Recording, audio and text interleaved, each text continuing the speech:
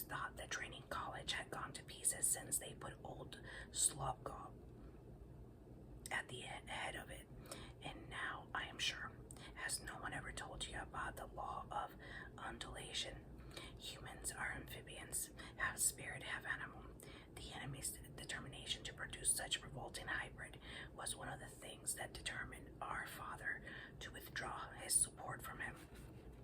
As spirits, they belong to the eternal world, but as animals, they inhabit time. This means that while their spirit can be directed to an eternal object, their body's passions and imaginations are in continual change. For to be in time means to change.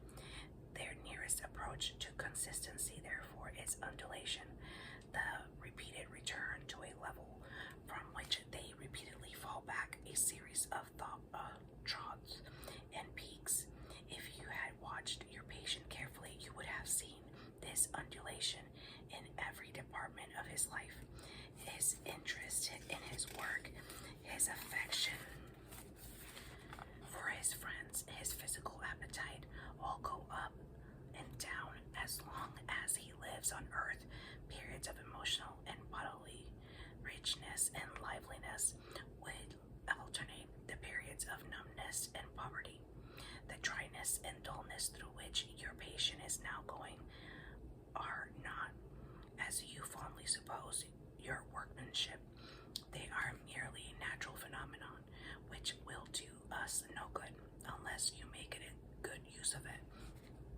To decide what the best use of it is, you must ask what use the enemy wants to make of it, and then do the opposite. Now, it may surprise you to learn that his efforts to get permanent possession of a soul, he relies on the throats even more than on the peaks. Some of his special favorites have gone through longer and deeper throats than anyone else. The reason is this: to us, human is primarily food, or aim is the absorption of its will into ours. The increase of our own area of selfhood at its expense. But the obedience which the enemy demands of men is quite a different thing. One must face the fact that all the talk about his love for men and his service being perfect freedom is not, as one would gladly believe, mere propaganda, but an appealing truth. He really does want to fill the universe with a lot of loathsome little replicas of himself, creatures whose life on its miniature scale will be qualitatively like its own, not because he has absorbed them, but because their wills freely conform to his. We want cattle who can finally become food.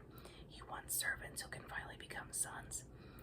We want to suck in. He wants to give out. We are empty and would be filled. He is full and flows over. Our war aim is a world in which our Father below has drawn all other beings into himself. The enemy wants our world full of being united to him, but still distinct, and that is where he drops come in. You must have often wondered why the enemy does not make more use of his power to be sensibly present to human souls in degree.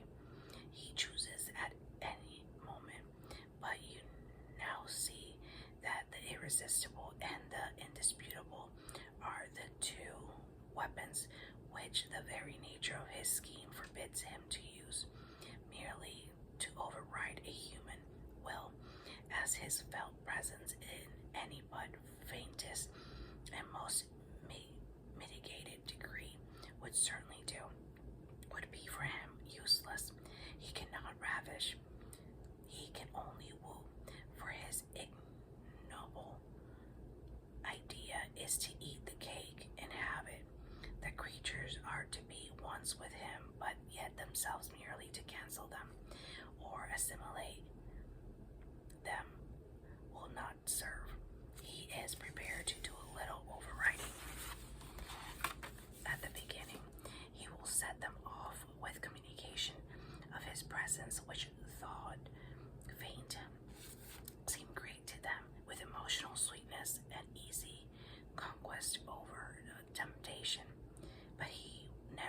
allows his state of affairs to last long. Sooner or later he withdraws, if not in fact, at least from their conscious experience. All those support the incentives.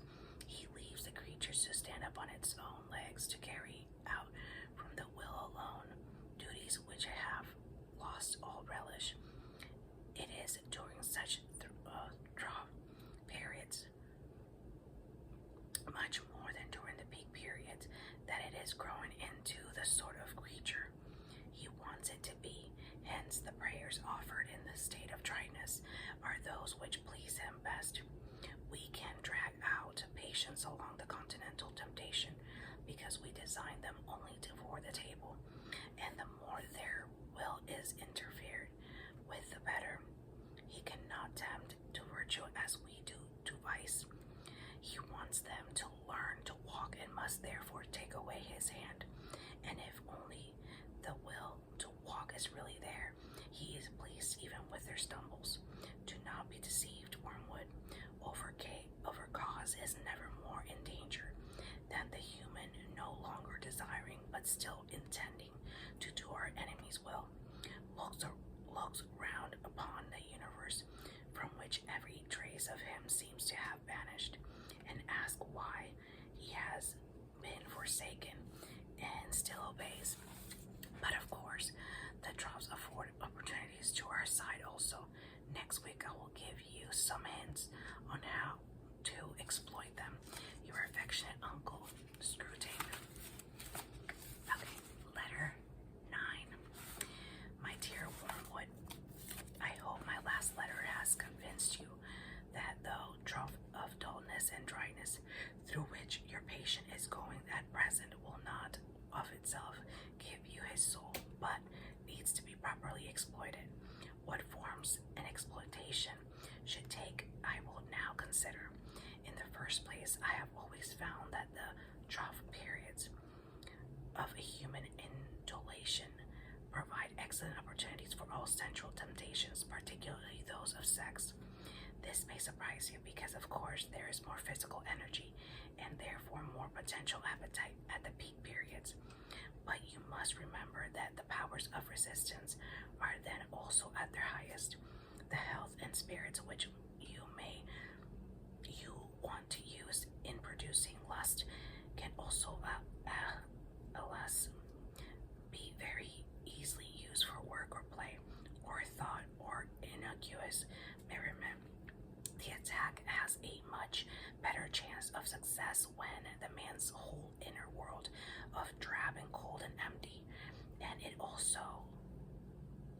is also to be noted that the trough sexuality is subtly different in quality, but that from that of the peak, much less likely to lead to the milk and water phenomenon, which the humans call being in love, much more easily drawn into perversions, much less contaminated by those generous and imaginative and even spiritual concomitants, which often render the human sexuality so disappointing.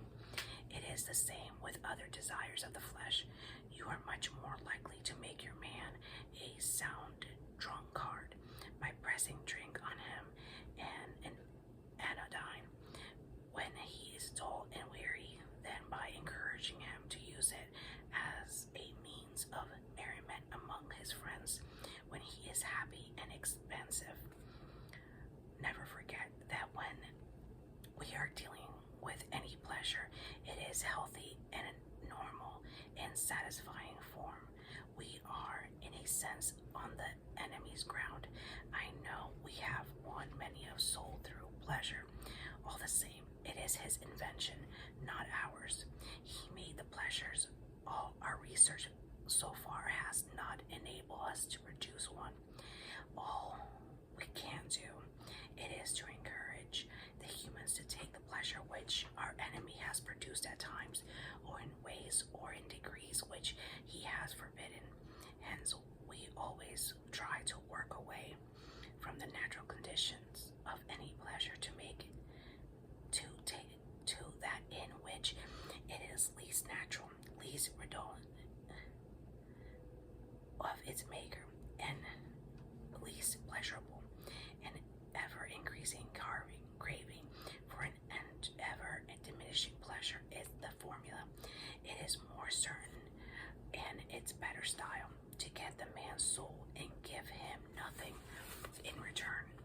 That is what really gladdens our Father's heart, and the trough are the time for beginning the process. But there is an even better way of exploiting the trough.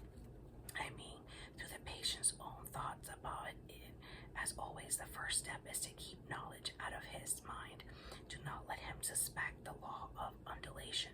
Let him assume that the first ardors of his conversion might have been expected to last and ought to have lasted forever, and that his present dryness is an equally permanent condition. Having once got this misconception well fixed in his head, you may then proceed in various ways. It all depends on whether your man is of the desponding type who can be tempted to despair, or of the wishful thinking type who can be assured that all is well. The former type is getting rare among the humans.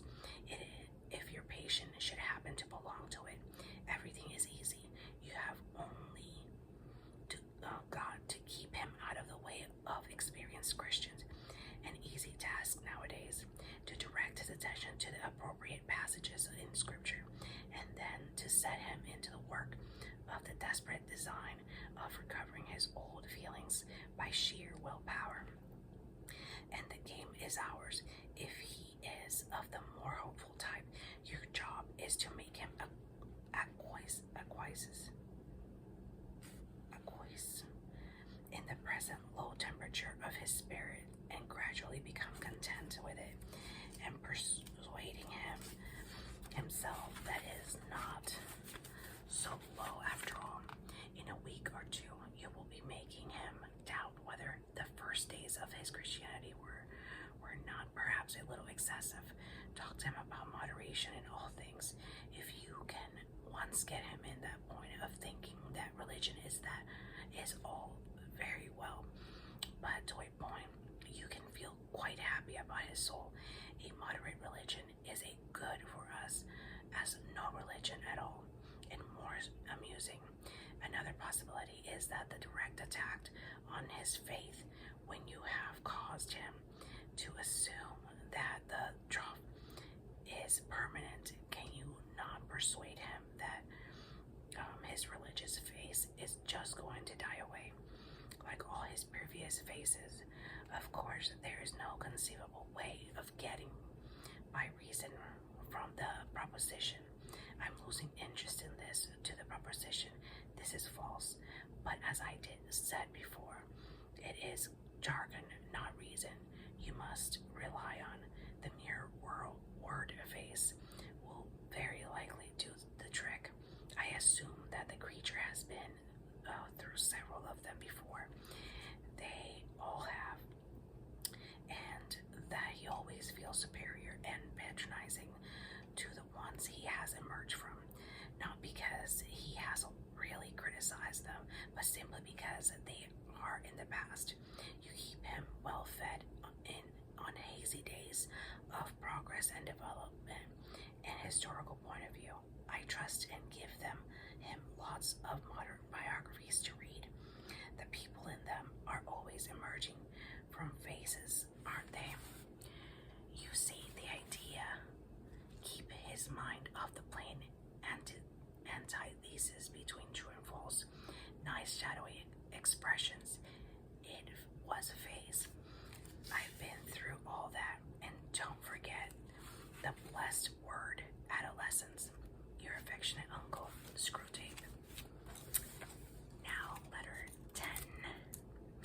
My dear Wormwood, I was delighted to hear from Triptease that your patient has made some very desirable new acquaintances, and that you seem to have used this event in a really promising manner. I gather that the middle-aged married couple who called at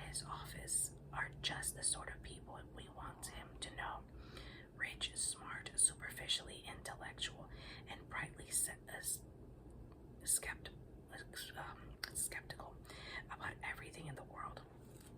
I gather they are even vaguely pacifist, not on moral grounds, but from an ingrained habit of belittling anything that concerns the great mass of their fellow men, and from the dash of purely fashionable and literary communism. This is excellent, and you seem to have made good use of all his social, sexual, and intellectual vanity. Tell me more. Did he commit himself deeply? I don't mean the words. There is a subtle play of looks and tones and laughs by which a mortal can imply that he is of the same party as those to whom he is speaking. That is the kind of betrayal you should specially encourage, because the man does not fully realize it himself, and by the time he goes, you will have made withdrawal difficult. No doubt he must very soon realize that his own faith is in direct opposition to the assumption on which all the conversation of his new friends is based.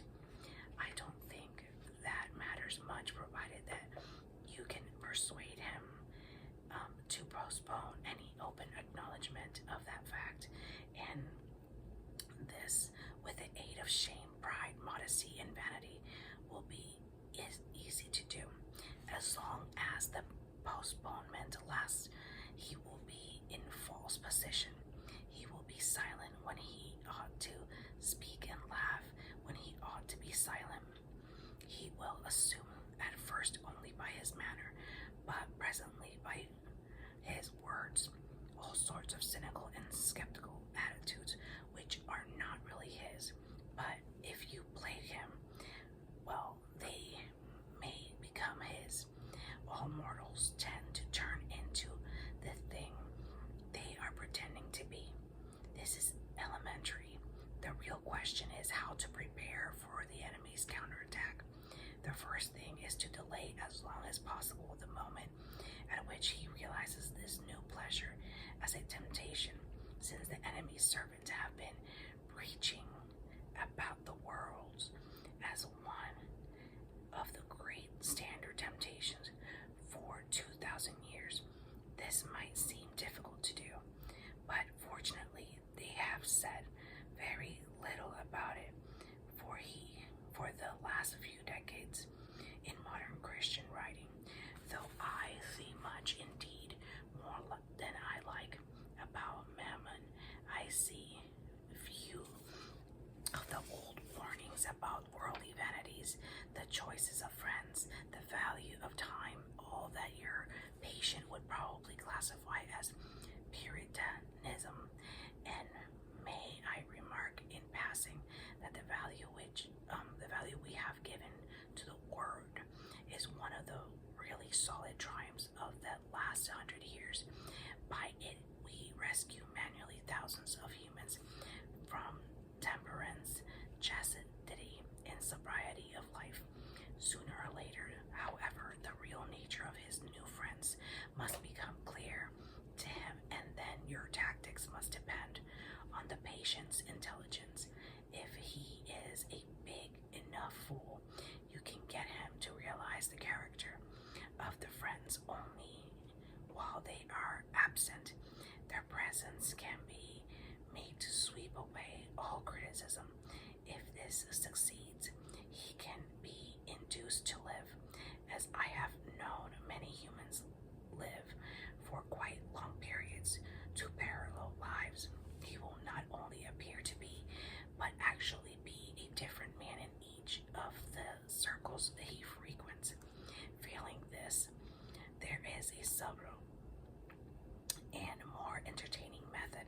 He can be made to take a positive pleasure in the perception that the two sides of his life are inconsistent. This is done by exploiting his vanity. He can be taught to enjoy kneeling beside the grocer and on Sunday, just because he remembers that the grocer could not possibly understand the urbane and mocking world.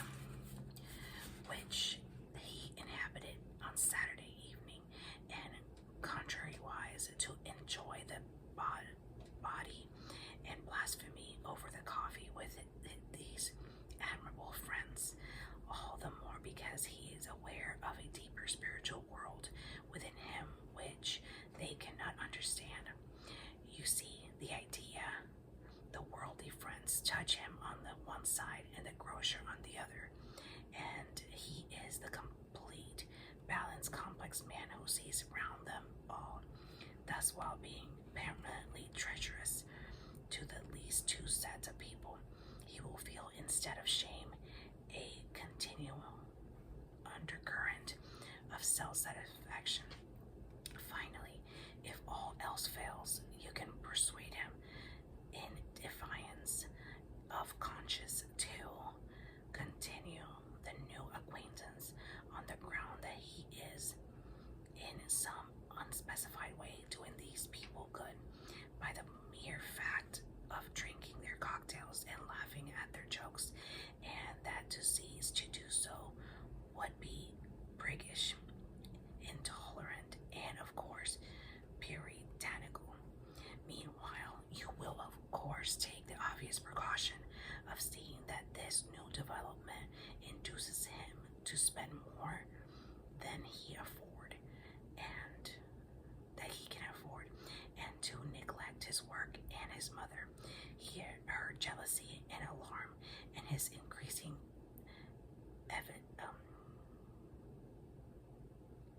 evasiveness or rudeness will be invaluable for the aggravation of the domestic tension. Your affectionate uncle, Screwtape. Letter 11. My dear Wormwood, everything is clearly going very well. I am especially glad to hear that the two new friends have now made him acquainted with their whole set. All these, as I find from the record office, are thoroughly reliable people, steady, consistent scoffers and worldlings, who without any spectacular crimes are progressing quietly and comfortably towards our Father's house. You speak of there being great laughter. I trust this does not mean that you are under the impression that laughter as such is always in our favor. The point is worth some attention. I divided the causes of human laughter into joy, fun, the joke proper, and the flippancy. You will see the first among friends and lovers reunited on the eve of a holiday. Among adults, some pretext in the way of jokes is usually provided, but the facility with which the smallest witticism produces laughter at such a time shows that they are not the real cause. What that real cause is, we do not know. Something like it is expressed in much of that detestable art which the humans call music, and something like it, of course, occurs in heaven. The meaningless acceleration in the rhythm of celestial experience, quite opaque to us.